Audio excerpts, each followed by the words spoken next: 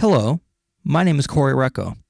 I'm the author of 3 books, 2 of them being nonfiction, and numerous articles for magazines, websites, and historical journals. This is the first in a series of videos I'm going to do about misidentified historical photographs. Today I'd like to talk about a photograph that supposedly shows Billy the Kid and friends playing croquet. Does it? The Tintype was purchased in a flea market in Fresno, California, with a group of other unidentified photographs for $2 by Randy Guerrero. Guerrero became convinced that the man in the center was Billy the Kid, and, over time, that others in the picture were other members of what was known as the Lincoln County Regulators, and other friends of Billy. He brought the Tintype to 2 men who specialized in Old West photographs, John Bosnecker and Robert McCubbin. Both men told Guerrero the photo did not show Billy. Other Billy the Kid and Old West experts, and auctioneers who specialize in Western Americana, also dismissed the image. Undeterred, Guerrero teamed up with producer Jeff Allo in an attempt to authenticate the Tintype. Allo turned the journey into a documentary called Billy the Kid, New Evidence, which was aired on National Geographic Channel and narrated by Kevin Costner. With heavyweights like Costner and National Geographic behind the claim, headlines across the world declared that the photo had been unquestionably authenticated and valued at $5 million. The claim that it had been authenticated came from 2 sources, Jeff Allo and Kagan's, a coin dealer who agreed to handle the sale of the Tintype. Amazingly enough, when covering the story, reporters across the board took the word of these 2 sources as proof that the photo had been authenticated, without reaching out to any other experts in the field. This, despite the fact these 2 sources obviously had something to gain if people believed this claim. The only exception to this was Mark Boardman and Truist Magazine in their piece The Croquet Kid. Were these sources, both of whom stood to gain if people believed this claim, reliable? Let's start with Kagan's. As mentioned earlier, other auctioneers had already rejected the croquet photo as showing Billy. Guerrero and Allo dealt with these auction houses the same way they dealt with other experts, which was to dismiss the opinion of anyone who disagreed with their claim and keep shopping the photo around until they found someone who told them what they wanted to hear, and then claim that person as the ultimate authority. Having already been rejected by well-respected auctioneers Brian LaBelle and Wes Cohen, who have extensive experience with Old West photographs, they found Don Kagan to sign off on the authenticity of the Tintype. Kagan, who once handled the sale of an alleged California gold nugget that turned out to be a much less valuable Australian gold nugget, deals primarily in coins, not photographs. Kagan appraised the value of the photograph as $5 million. What convinced Kagan, and many who later reviewed the documentary, that the photo did indeed show Billy the Kid were 2 key pieces of evidence. First, they claimed to find the location where the photograph was taken. The location they found was on land formerly owned by John Tunstall, Billy the Kid's former employer, whose death led off the Lincoln County War. They even claimed to find the building that was in the Tintype. There are a few problems with this claim. First of all, the known movements of the people said to have been in this photograph, meaning it would have been taken in late August or at the latest the first week of September, 1878.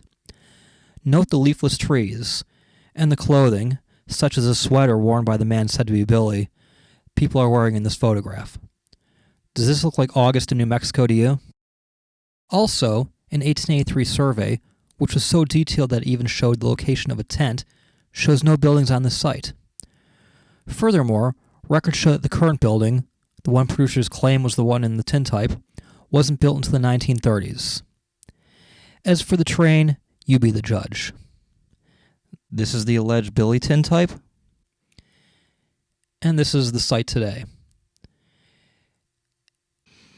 And, for further comparison, here's the alleged site in the 1950s, which is about the midpoint between the photo of the site today and 1878, when they claim the croquet photo was taken.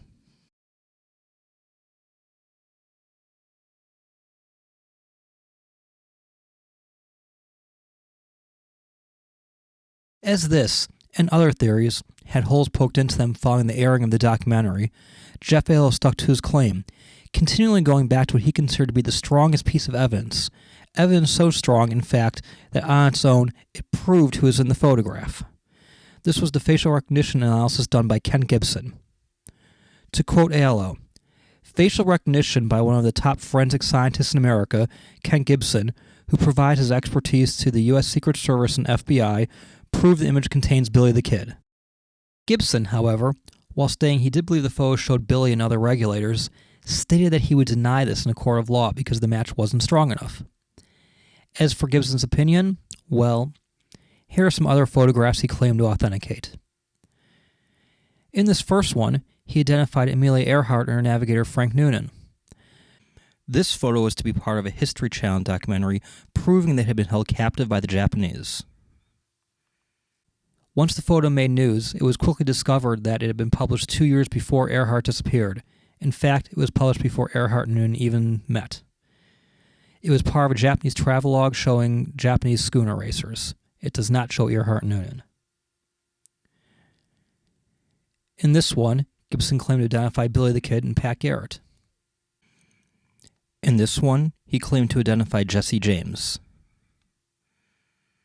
Christie's, an auction house who was set to possibly represent this photo, had another facial recognition expert look into it, who found no match between the man in the photo and Jesse James and stated it was not him.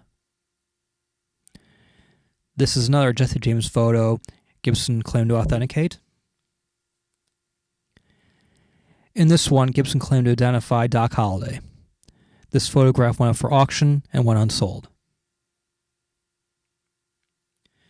2 years after this Croquet photo made international news, it remains unsold. If you have any questions, please ask them in the comments section below. I'd like to end with a little self-promotion. As I mentioned earlier, I've written articles for magazines, websites, historical journals, as well as 3 books. My first book, Murder on the White Sands, The Disappearance of Albert and Henry Fountain, was published by the University of North Texas Press. It tells the story of the disappearance of prominent New Mexican lawyer and politician Colonel Albert Jennings Fountain. In 1896, Fountain was prosecuting cattle thieves in Lincoln, New Mexico. On the return trip home, Fountain, with his 8-year-old son Henry, who was along for the trip, disappeared near the White Sands. All signs pointed to murder. Brought in to investigate was Pat Garrett, the man who 15 years earlier killed Billy the Kid. No one was ever convicted of murdering the Fountains, and the location of their bodies remains a mystery. A Spy for the Union, The Life and Execution of Timothy Webster, is a biography of New York City policeman, Pinkerton detective, and Civil War spy Timothy Webster. The skilled operative's career was cut short when he was betrayed by fellow spies, captured, and executed in Richmond, Virginia. My only novel, Death of a Coot Show Girl, tells the story of the death of a stripper at a carnival in a small town in Ohio in 1953. Told in multiple first-person narratives, it is as much a slice of life about the people involved as it is about the death.